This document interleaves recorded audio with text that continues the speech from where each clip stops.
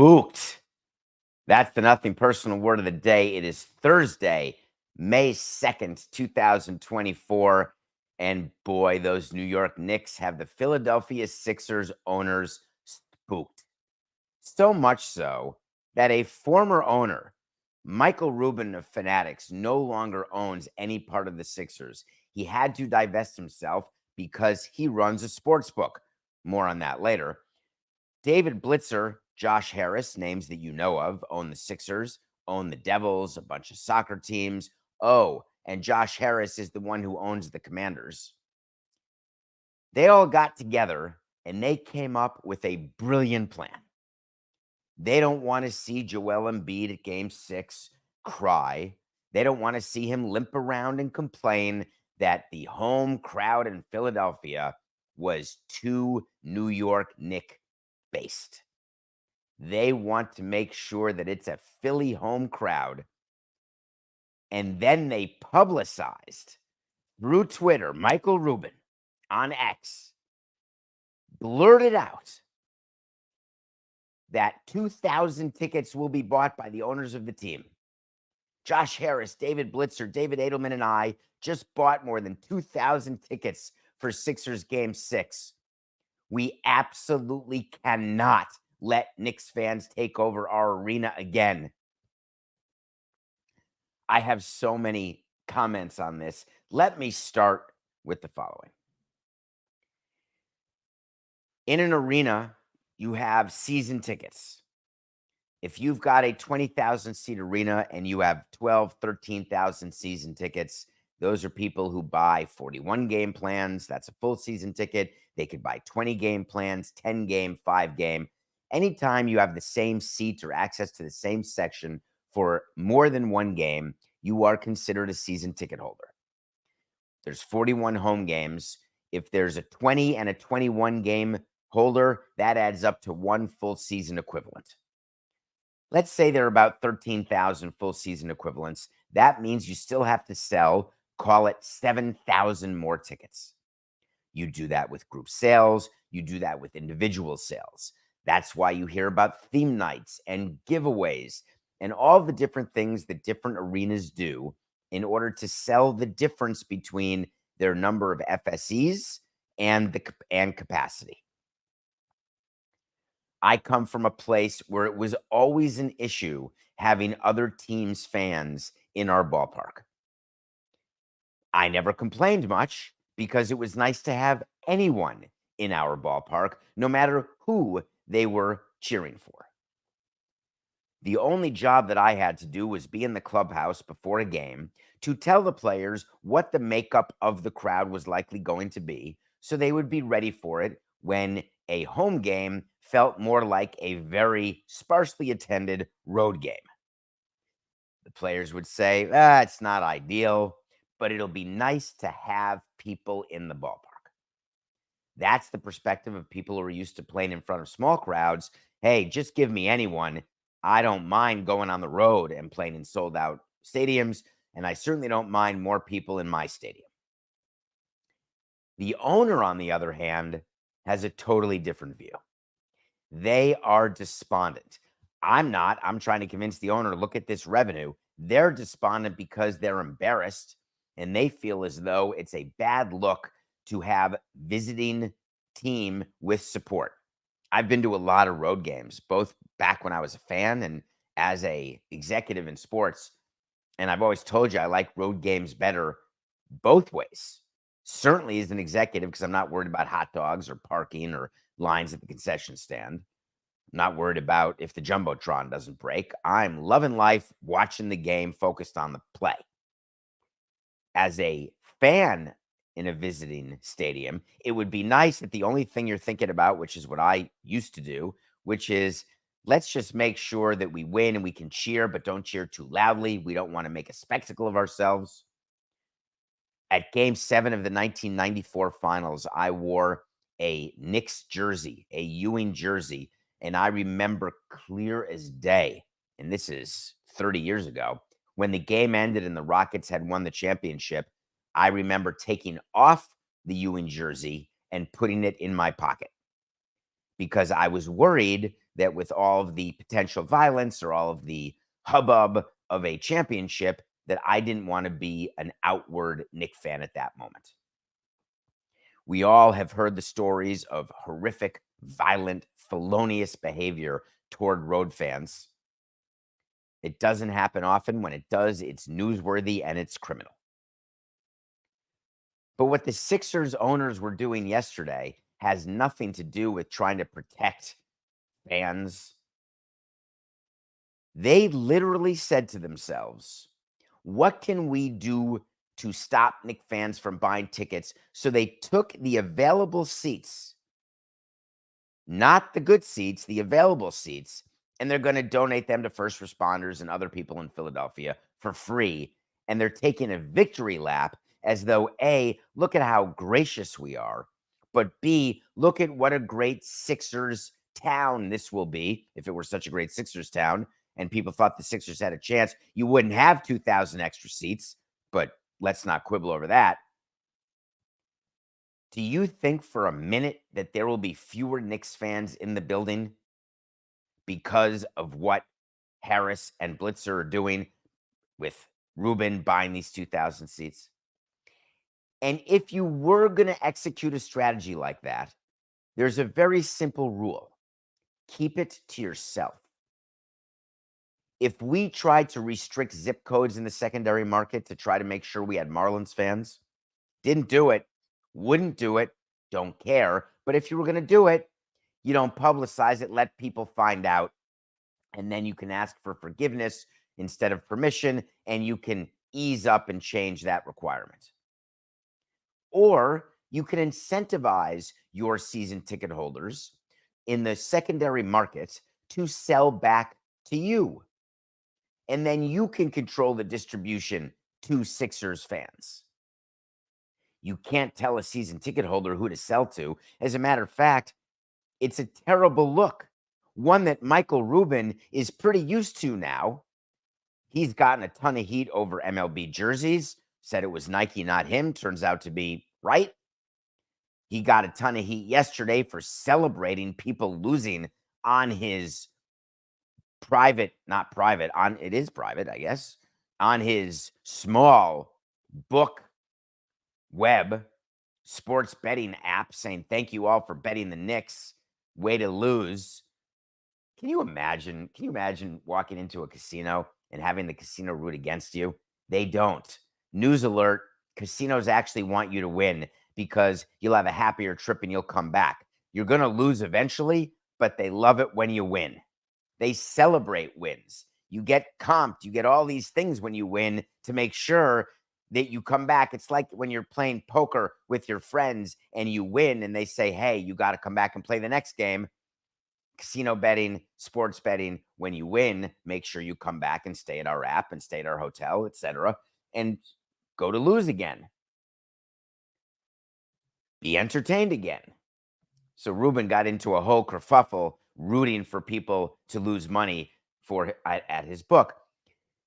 But then Rubin, as the spokesperson, as a non-owner, I started wondering whether Harris and Blitzer were angry. Did they co-sign on this information getting out? And if so, why? What's the upside? It's causing mock. And you think that Knicks fans aren't going to now be louder? And on top of that, when you have fans who buy season tickets, you can't tell them not to sell to whoever they want to at the highest price. You can tell your fans you can't sell to secondary ticket brokers. We had rules like that. You may not sell your tickets to brokers. Great. But when you're selling them on the regular secondary market, StubHub, or when you're giving them to friends who are paying you for them, are you not allowed to help defray the cost of your entire season ticket by selling to a Knicks fan who wants to be there for a potential clinching game 6 in Philadelphia, where you can pay for half your year? I live in a place where people rent out their houses during the summer, and you can pay your entire mortgage for the year by renting your house out for 2 months. Nowhere is it written you better rent your house out to someone who likes New York sports. Want to rent your house out, which I would never do because having a stranger in my house is, can you, Matt? Side note, Coca, I get the whole Airbnb help defray the cost as an investment property. But to Airbnb a place that's your primary source of residence, I'm going to try to I'm going to try to be empathetic to people who need that revenue. Then do it. I get it. I would sooner work with my hands, which I don't know how to do, and be a light bulb changer to raise money to help supplement my income than allow someone to use my toilet. I just can't even comprehend it. But that said, there are people who do it and they pay for 10 months of mortgage. Sixers season ticket holders or any team season ticket holders, if you have the ability to do it, you can't stop it. And why would you even as an owner try to put in a position where the feeling is that that is what they want you to do? Keep the tickets within the family of Sixers fans. I'm rooting for the Knicks anyway, obviously, and I want the Knicks to win the game. But here's what I'm really rooting for tonight and what I want you to listen for when we watch this game tonight at 9 o'clock. For those of you complaining about the late start, just be happy you weren't alive in the 80s. But anyway, I mean, 12% of you were alive in the 80s. I think what's going to happen when we watch the game tonight from, what is it, Wells Fargo, Coca? I think it is going to be so many Knicks fans and that it's just going to be an avenue to make further fun of Harris and Blitzer and Rubin for this asinine PR plan. And I think that the tickets that they bought are so far above the camera angle that we're only going to see the blue jerseys, the Marlins, hello, 4869. Old habits die hard. The Knicks jerseys. I don't think the 2,000 seats they bought are anything other than nosebleeders, which are obviously outside of the camera range. I think it's going to be an absolute disaster, and I'm here for it, and I'm going to watch it. Wait to see is when I tell you something's going to happen. If it does, great. If it doesn't, fine. We'll revisit it. We have a whole list of wait to sees. I don't know if something happened to our website, davidsamsonpodcast.com, Coca. Yesterday, I got 8 different inquiries. I'm holding up 4 fingers. Don't know why. 8 different inquiries asking where we publish our top 100 movie list. I think we have to get better word out there. davidsamsonpodcast.com. There's a tab which has a document which has 100 movies, all the wait to sees, all the nothing personal picks of the day, all the words of the day. It has everything. davidsamsonpodcast.com. The wait to see today is that the Sixers, in front of a gaggle of Knicks fans, will force a game 7. All the Knicks fans are going to be super despondent. I was watching the 2 games last night. I got a few things that we need to comment on. Number one, when you've got a player who's always injured, and I'm not talking about Stephen A. Smith and his diatribe, which we're not going to show here, criticizing Mike Trout for being injured all the time and impugning baseball players and how difficult or not difficult it is to be a baseball player. Well, I have to, actually. Anyone who says that has never met a professional baseball player or lived with a professional baseball player or been inside a professional baseball team. The grind of a season of baseball is unlike any other sport. In football, every week, it's like getting into a car accident, granted. Basketball, you need good cardio, but they all blaze. Baseball, every day. You are 2.5 to 3 hours. You're standing. It's fast twitch movements. Then you're cooling down. Then you're heating up, or you're throwing a ball 90 miles an hour, or you're trying to figure out how to hit a ball that's coming at you at 98 miles an hour. I have great sympathy for injuries, though I can't stand paying players not to play. But to question Mike Trout, I don't even know where I got into that. Maybe because people are, why are we talking about Mike Trout? Oh, because we're talking about Kawhi Leonard. At what point do you say Kawhi Leonard, world champion Kawhi Leonard, he of the greatest shot over the Sixers in their franchise history? At what point do we say that Kawhi Leonard and the Clippers, Paul George and the Clippers, James Harden and the Clippers. It's just not going to work. Kawhi Leonard sat out the last several games. He's played a couple games. We told you that the minute you acquire Russell Westbrook, you're done. The minute you acquire James Harden, you're done. But Steve Ballmer didn't believe us. The Clippers now find themselves down 3-2 against the Mavericks. They lost Game 5 at home. Losing a Game 5 at home when you're tied at 2, that is despondency beyond repair. Because now the Mavs get to go home for Game 6. Home court advantage used to mean a whole lot more in the NBA, but that said, Mavericks going home for Game 6. I'm wondering whether Steve Ballmer looks at this season once they're eliminated and says, all right, we're moving into our new facility. We've doubled down here on Leonard, Kawhi, Westbrook, and Harden, and it turns out that we can't win squat. Similar to what I wonder Pat Riley's thinking about his Heat. I'm going to be on Levitard, Coca, in about an hour and 11 minutes live. They're all going to be licking their wounds and despondent that the Heat got eliminated by the Celtics. Thinking back to only a couple short days ago when life was so wonderful. They had won Game 2 on the road in Boston, and the feeling was, wow, we could do this. We could be the 8th seed and ride it all the way to the finals like we did last year. You can do magic. Bum, bum, bum. You can have anything that you desire. Pat Riley is waking up singing some songs today, deciding whether he's going to blow up the team, quote unquote. It's a terrible expression. Deciding whether he's going to say that this run is over. Is this window over? My answer is a resounding yes, but what a window it's been.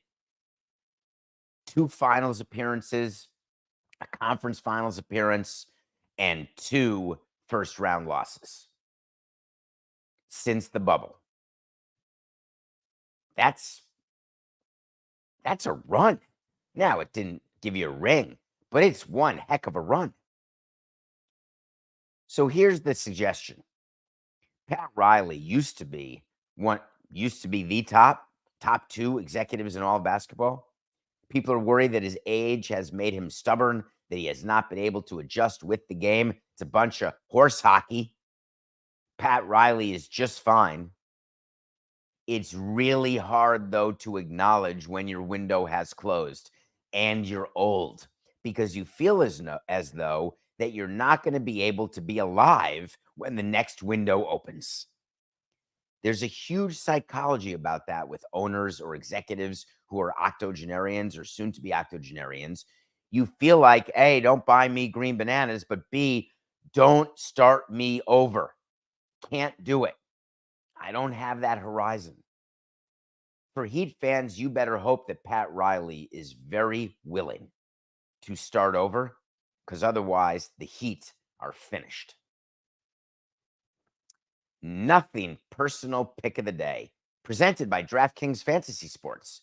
Check out what DraftKings has to offer this season with code Samson, because life's more fun when you're in on the action. DraftKings, the crown is yours. We are 55-64. We had the Mavs over the Clippers last night. Win. We had Corbin Burns over the Yankees. Remember, that was going to be to win the 3rd of 4 games to make today a gravy game. Well, the Yankees shut them out 2-0. Now the Orioles are trying to win a game to make sure they win the series 3 out of 4. Picks tonight, presented by DraftKings Fantasy Sports. Sixers -3 over the Knicks. You thought it was just going to be a wait to see? The Sixers will force a Game 7 back at the world's most famous arena. And in baseball, I am being stubborn. The Houston Astros are going to recover from this absolutely horrific start. It is May 2nd. Time to play. Astros -130 over the surprising Cleveland Guardians. Those are your nothing personal picks of the day, presented by DraftKings. Raise your hand if you're sure that Deion Sanders is a fraud. Anybody? Raise your hand if you're sure that Deion Sanders was a shooting star of a coaching flame where the sports media could not wait to coronate him as the greatest thing since sliced bread. When are you going to move to the NFL? When are you going to take over as the greatest college coach in the history of the world, or become the greatest NFL coach and be primetime Super Bowl man? Raise your hand. You were all a part of it. Every last one of you. It was just not even a year ago. Colorado won his first 4 games against sleepy, dopey, sneezy, and grumpy. And that's it.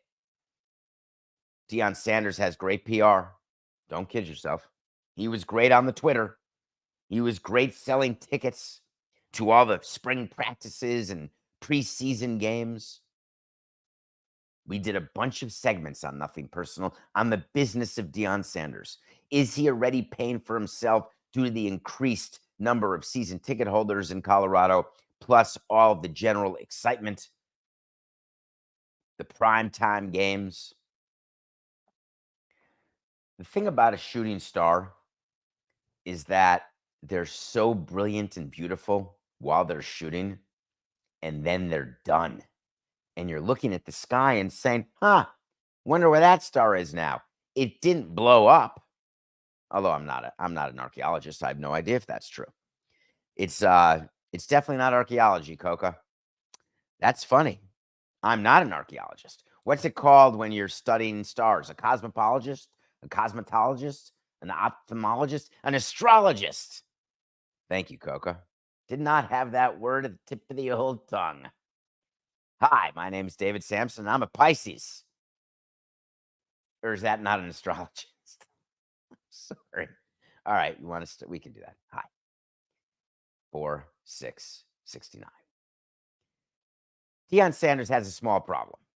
The small problem is that he's got a big finger, and he likes to get on social media, use the big finger with the big mouth, and create some issues that are frankly quite embarrassing for the university and frankly for himself. The background is that there was a story in The Athletic. There are a bunch of players who were eliminated by Deion Sanders. They were cut by him last year when he took over. Totally normal when you take over a program to jettison the players who were there under the last administration. It's like when a new boss comes into a company, they bring their own people. I get it. I dig it. I'm fine with it. What I'm not particularly fine with is when the coach then, and you certainly would never hear a Nick Saban or a Kirby Smart. You wouldn't hear any real coach is not going to MF the players who left the program that he is entering.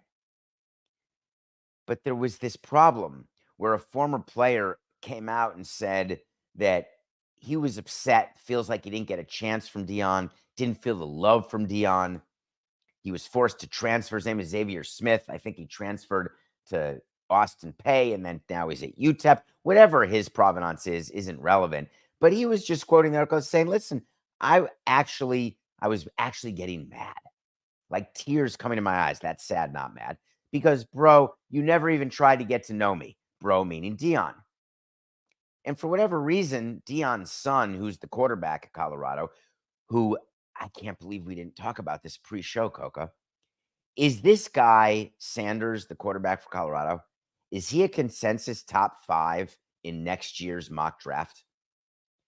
Because Shedeur apparently must be a top 5 quarterback because that's what his father called him. And so the answer is that he could be a top pick with a good season, according to our draft expert, Matthew Coca of Samson Coca Law and Company, with Sarah. I think, Sarah, you get now a with. You're not part of the name of the firm yet, but you're like an associate, so you're a with. Samson Coca Law with Sarah. Going to be a top pick with a good season. Well, we're going to be a top podcast if we just keep going. So Shedeur Sanders responded on X by saying, I don't even remember this guy, talking about Xavier Smith. Bro had to be very mid at best. That's a quote because I'm not cool enough to say that, meaning he's average.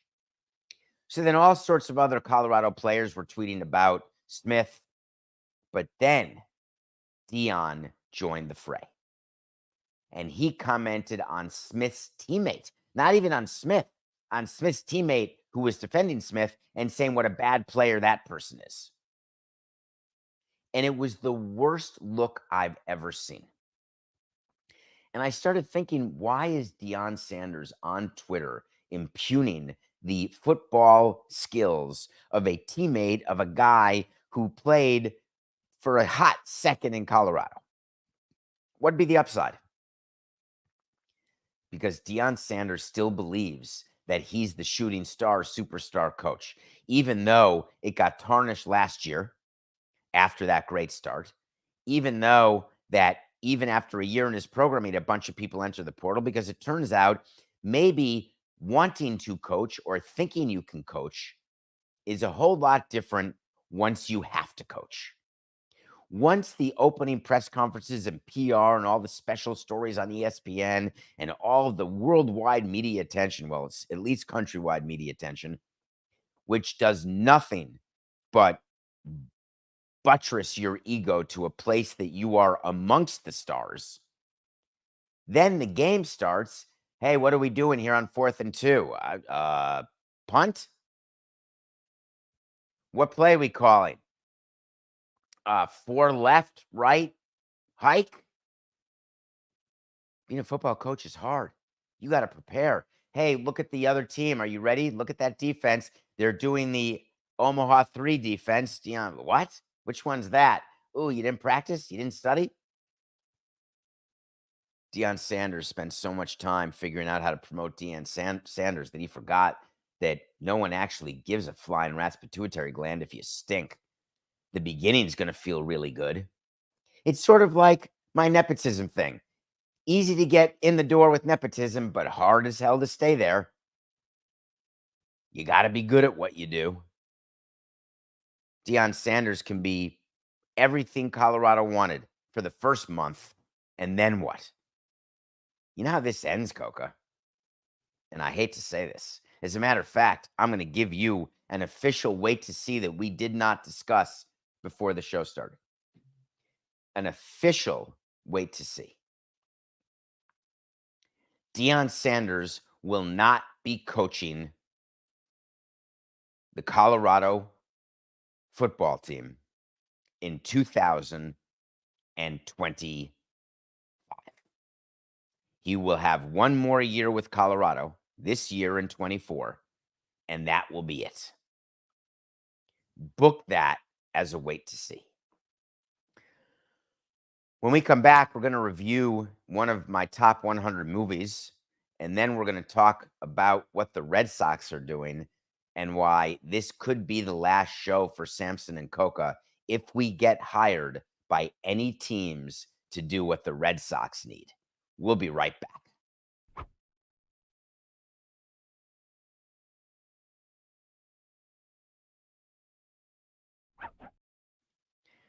Welcome back to Nothing Personal. It's David Samson coming at you every day live at 8 a.m. on the Nothing Personal with David Samson YouTube channel. Please subscribe. You're watching it, so might as well hit the subscribe button so it gets pushed to you. Keep downloading the audio show and telling your friends about it. And by the way, we're also on DraftKings Network, which you can find in myriad places at 10 a.m. every single morning. Still watching a movie every day, still getting through our top 100 movies. Every single Thursday will be a new movie from the top 100 to review. This week, it's The Secret Life of Walter Mitty. That is a movie I talk about Walter Mitty all the time. The reference I make to Walter Mitty is that it's someone who doesn't live in the present and has these strange illusions of what he is capable of doing. The Secret Life of Walter Mitty is Ben Stiller, who is putting himself in all these crazy situations and able to do all of these crazy things. I was lucky enough. I love the movie. Let me start with that. Please watch it. It is a very emotional movie. The end with Kristen Wiig, it brings me to tears every time. The scene with Sean Penn explaining to you when it's okay to use a camera and when it's not is something that you should all pay attention to, because so many of us experience life like this. You ever gone to a concert and everybody's watching the concert only on their phone because to make sure their video is good?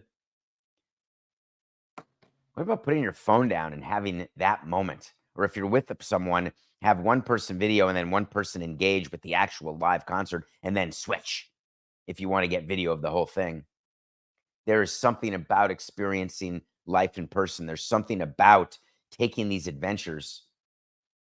And I don't want to flex or brag, but I took a trip to Iceland and I got to ride exactly where Ben Stiller skateboarded down into a town in Iceland when he was skateboarding down the hill.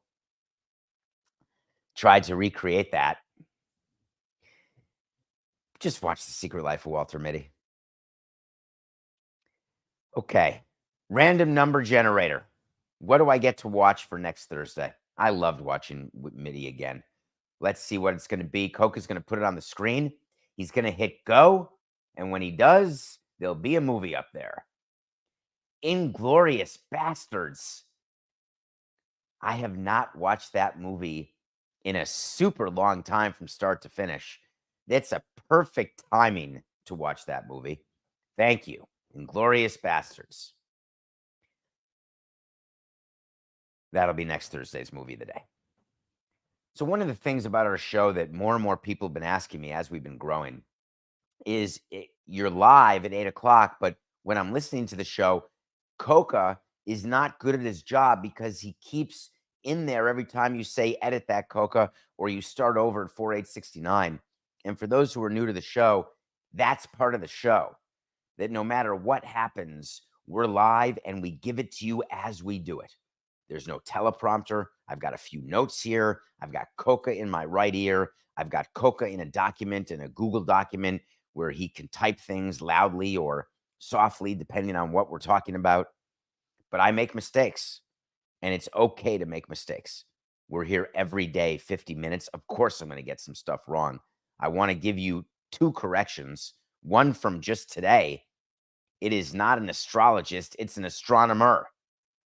Those are the ones studying the stars. Astrologists are the ones that'll tell you not to go out if your sign isn't right.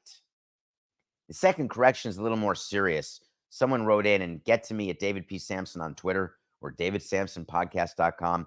When you've got a correction that Coca misses or Sarah misses or I miss, just tell me.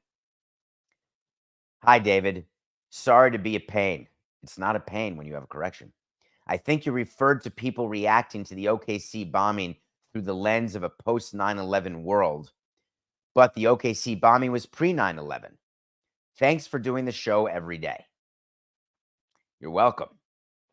We are codependent. The OKC bombing was 1995, and what I was trying to say when reviewing an American bombing yesterday, and I completely got the timeline wrong, is that it was staggering to me how quickly we all went to after that bombing that it must have been international terrorism. It couldn't be domestic terrorism and I thought that it was on after 9/11 where everybody was so sensitive about terrorism. What I forgot is that it was after the 1993 attempt to raise the World Trade Centers, which is not talked about much because it got overshadowed when it actually happened in 2001. But after 93, there was all of this concern about international terrorism that ended up coming quite true 8 years later. But in 95, that was the first thought when it shouldn't have been. It was totally domestic terrorism, totally about right-wing fanaticism and racism. It was, well, international terrorism can also be about racism, but this was fully domestic. But that's where my head was. Thank you for that correction. I will make corrections on the air. I'm not ashamed. I'm ashamed that I'm not a consultant. Maybe I should have done that after leaving baseball after 18 years. I could have just put out a shingle, DPS Consulting. Come to me. I'll help you get public money. I'll help you figure out how to run your team, help you become profitable, help raise the level of your asset worth. I got another thing I can help you if you want. I can help make you understand your employees and what they're doing. It's very easy if you're a team president to know what your employees do. You got to see them and speak to them and speak to the people who they report to, speak to the people all the way down and up the chain. That's called getting to know your company and having people who are your lieutenants whose job is to figure out what people do and then communicate with you on a daily and weekly basis. But GMs in baseball are way too busy. They've got so much to do. They don't have time to get to know anything. So here's what the Red Sox did. They found this company who somehow has suckered in the Niners, the Rams, the Eagles, the Mavericks, and the Wizards and said, here's what we're going to do. We're a sportsology group. This is from Alex Spire. We're a sportsology group. We're going to conduct an audit of the organization and offer recommendations to Craig Breslow, the new chief baseball officer, former player of mine, about potential changes in the team's baseball operations. The hope is that the audit helps Breslow get a better feel for the entire organization.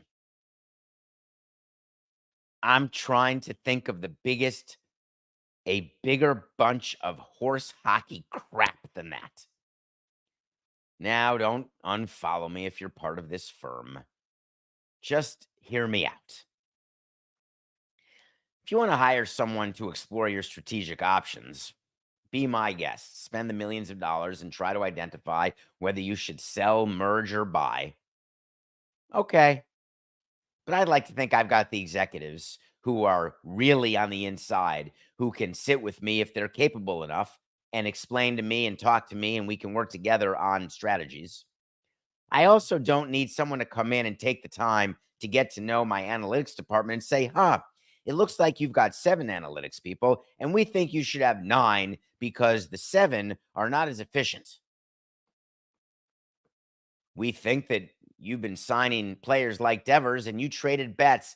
I believe as your consultant, I would have kept Mookie Betts and let Devers go. I've got an idea. Here's your flow chart, your org chart. Here's who reports to who. Here's the Facebook. You want to get to know people on your lower level? Why? You think the chairman, the CEO of Comcast knows the people manning the customer service lines? Nah, you make an appearance, you walk through for 2 minutes once a year, you say hello, shake some hands, kiss some babies, sign some autographs, and move on. It is perfectly normal that I wouldn't have a relationship with a bird dog scout in Venezuela, or that I wouldn't exactly know who's doing telephone sales for Jupiter. But I'm going to go there and make an appearance. I don't need to hire a consultant for 7 figures to tell me what that person does. I've got people in sales who tell me what that person does. And I've got the ability to say to my VPs, I don't want that person doing that. I want that person doing this. Let's discuss. Craig Breslow had a quote that said, we are using an outside consulting firm to help me wrap my arms around this operation. It's big. Give me a break. It's grown a ton in the last 3 or 4 years. And with that comes the need to understand, who are our people? What work are they doing? Is it impacting our on-field outcomes in a meaningful way?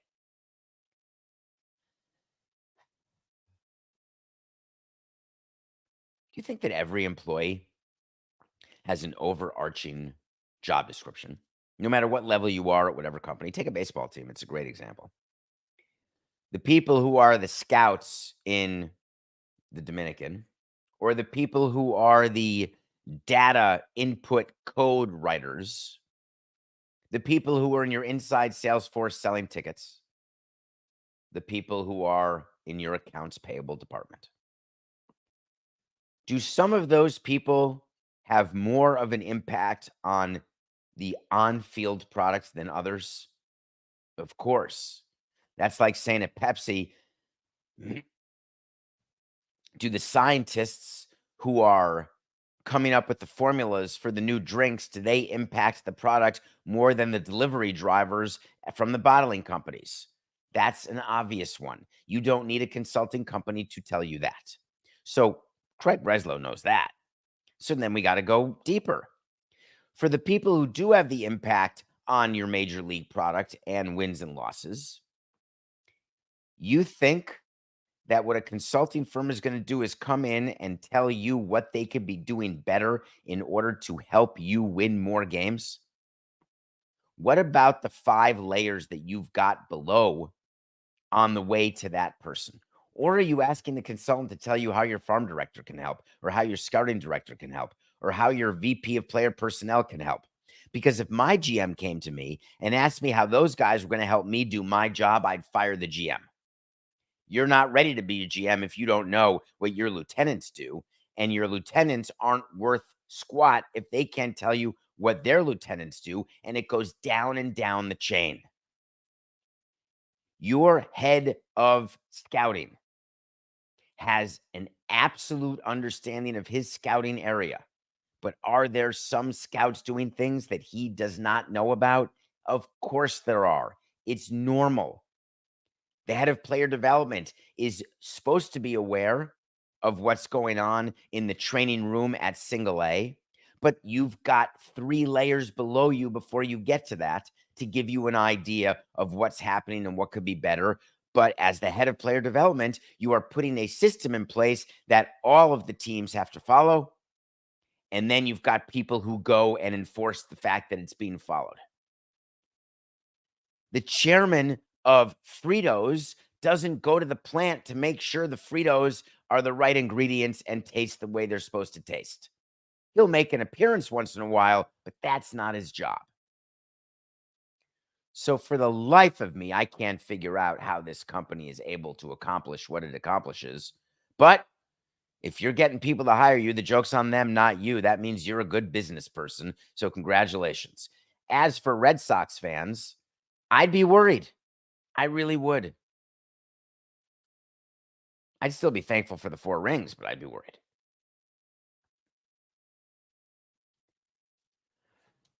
I think I'm going to make a rule that anyone who signs Deshaun Watson to $230 million doesn't get public money for a ballpark.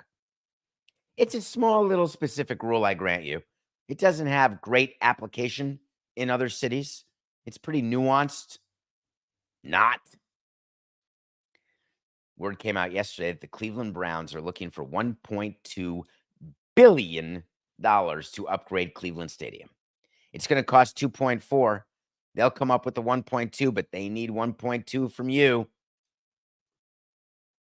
I wonder whether he goes to Deshaun Watson and asks for a percentage of that 1.2, since he's just getting a gift of 230 million guaranteed, and all he had to do was have some questionable decision making, to say the least, if not some prurient and salacious, horrific behavior.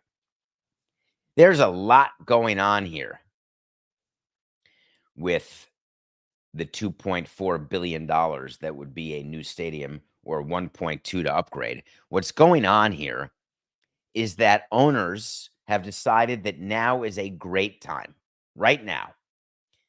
And people are taking note of all of the asks that exist out there, whether it's the Bears, whether it's the White Sox, the Diamondbacks, the Browns. It's the same playbook: either renovate or it's going to not pay. Might as well just get a new building.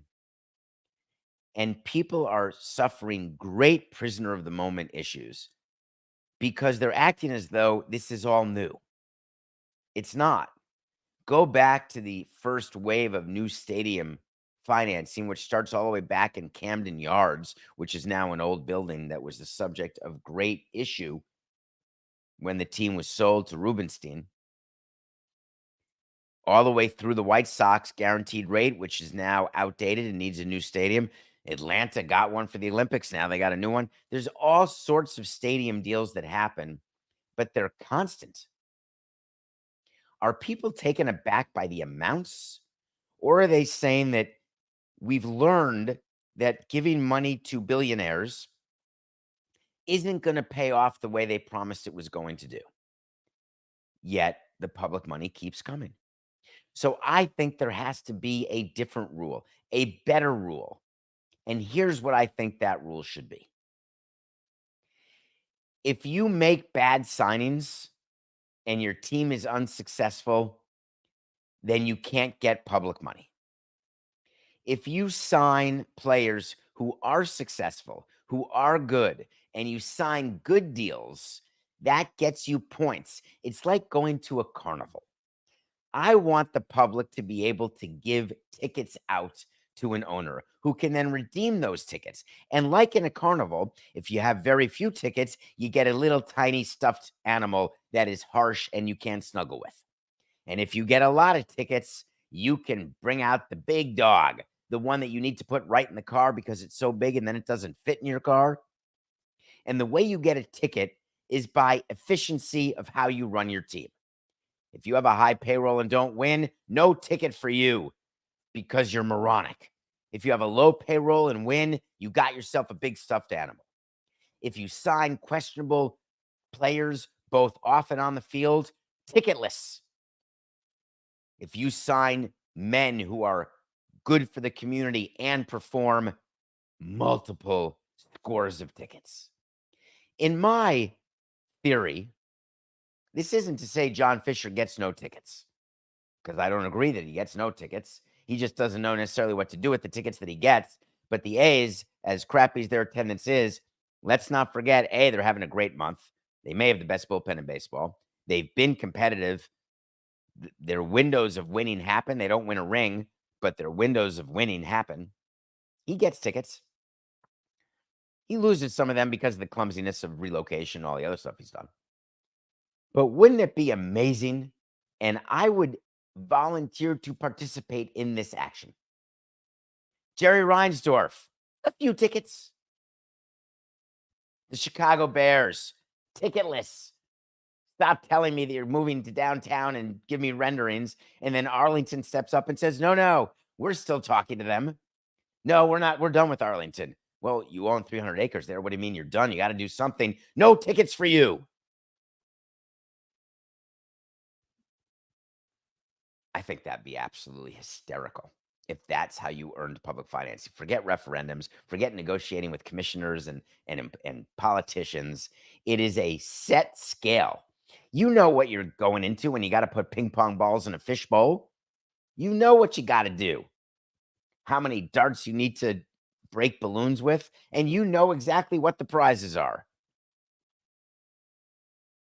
The governor of Illinois came out yesterday. Did you see this quote, Matt? OMG. Governor is not very happy about the financing going on in downtown. As you know, he was not a part of that. And when you're not a part of something, you get upset. Not handling all your constituencies and being smart about where people sit during press conferences. Fewer tickets for you. Jay Monahan, you're going to announce a merger and then not tell Tiger Woods? Oh, and then not do the merger? No tickets for you. The governor had to come out and say, the money that comes from a hotel tax does not belong to the Bears. It does not belong to the White Sox. It does not belong to any sports team. That belongs to the taxpayer. That is a misleading statement by a source. And the reason why that's so misleading is that there are certain tax streams that can only be used for certain things. In Florida, the tourist tax money could only be used for convention centers, ballparks, and facilities. You couldn't use it for teachers or infrastructure or police presence. You just couldn't. You can change that at the legislative level. You can go all the way to Tallahassee if you want. You can go to the capital of Illinois. I'm sorry, Miss Lang, my fourth grade teacher. Springfield. That could be Missouri. What's the capital of Illinois, Coca? God dang it. I cannot believe I forgot my state capitals. I am absolutely freaking embarrassed right now. I think it's Springfield. Unless that's Massachusetts. So this source from the mayor, from the governor, talking to the Sun Times, going through this whole situation about financing. And all I keep thinking is nothing's going to change. The Bears are going to be the Bears. The Haslams are going to ask for money when they can, when they want to. And all the owners are going to get it. Because the owners look at the politicians and they say, listen, give me my money. It's just business. Sorry, citizens. It's nothing personal.